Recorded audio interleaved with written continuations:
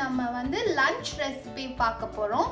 இன்றைக்கி எங்கள் வீட்டில் லஞ்ச் என்னென்னா ஜீரா புலாவ், அப்புறம் வந்து மட்டன் சாப்ஸ். உங்களுக்கு நான் மட்டன் சாப்ஸ் எப்படி பண்ணுறதுன்றது இப்போ குக் பண்ணி காமிக்க போகிறேன். நான் வந்து பேனில் ஆயில் ஊற்றிட்டேன்.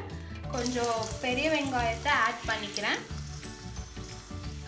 பெரிய வெங்காயம் ஆட் பண்ணிட்டேன். கொஞ்சம் கிறிஸ்பாக இது வந்து ஃப்ரை ஆகட்டும். இப்போ நான் வந்து மசாலா அரைக்க போகிறேன். இதில் வந்து ஜீரகம், குருமிளகு, தக்காளி, அப்புறம் சின்ன வெங்காயம் மட்டும் போட்டு மசாலா கிரைண்ட் பண்ணிவிட்டு வந்துடுறேன். ஓகே, பாருங்கள், நல்லா ஃபைனாக பேஸ்ட் பண்ணிட்டேன். அனியன்ஸ் வந்து கேரமலைஸ்ட் ஆகிடுச்சு. இப்போ நான் ஜிஞ்சர் கார்லிக் பேஸ்ட் ஒரு 2 ஸ்பூன் ஆட் பண்ணியிருக்கேன். இப்போ நம்ம அரைச்சி வச்சிருக்கிற அந்த மிக்சரை இதில் ஆட் பண்ணிக்கலாம். இப்போது குக் ஆகிட்டு இருக்கும்போது மசாலா ஆட் பண்ணியாச்சு. ஒரு 1 tablespoon of chilli powder add பண்ணிக்கலாம். ஒரு 1 tablespoon of coriander powder, ஒரு 2 tablespoon of garam masala add பண்ணிவிட்டு நல்லா மிக்ஸ் பண்ணலாம். இது கொஞ்சம் குக் ஆகட்டும். நீங்கள் வாட்டர் எதுவுமே ஆட் பண்ண வேண்டாம். ஏன்னா நம்ம டொமேட்டோ வந்து பியூரே பண்ணி தான் போட்டிருக்கோம், அதை கிரவுண்ட் பண்ணி தான் போட்டிருக்கோம். ஸோ அதனால இப்போ மசாலா வந்து குக் ஆகிட்டு இருக்கு. இந்த டைமில் நான் வந்து பாயில் பண்ணி வச்சுருக்கிற மட்டன் வச்சுருக்கேன், அதை ஆட் பண்ணிக்கிறேன். ஆட் பண்ணிவிட்டு இதில் வந்து நான் இப்போ இதில் வந்து மிக்ஸ் பண்ணி மசாலாவில் மிக்ஸ் பண்ணி குக் பண்ண போகிறேன். மட்டனில் நான் எதுவுமே போடலை, சும்மா மட்டன் வந்து வெறும் மட்டனை மட்டும்தான் வேக வச்சுருக்கேன். கொஞ்சம் வாட்டர் ஆட் பண்ணி வேக வச்சுருக்கேன்.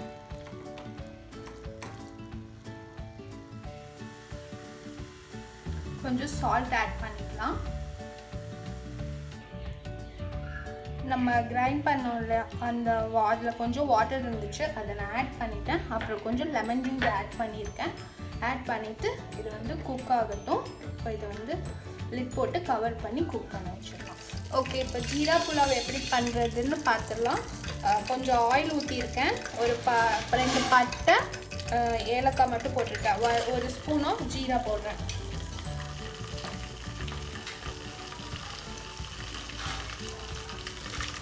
ஆனியன்ஸ் ஒரு பெரிய வெங்காயத்தை கட் பண்ணி போட்டுடலாம். ஒரு 5 பச்சை மிளகாய்.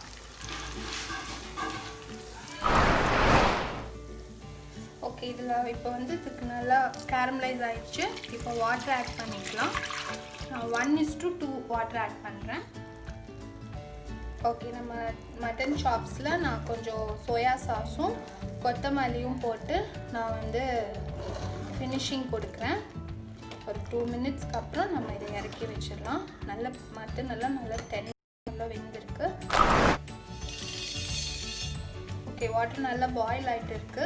இந்த ஸ்டேஜில் நம்ம ரைஸ் ஆட் பண்ணிக்கலாம்.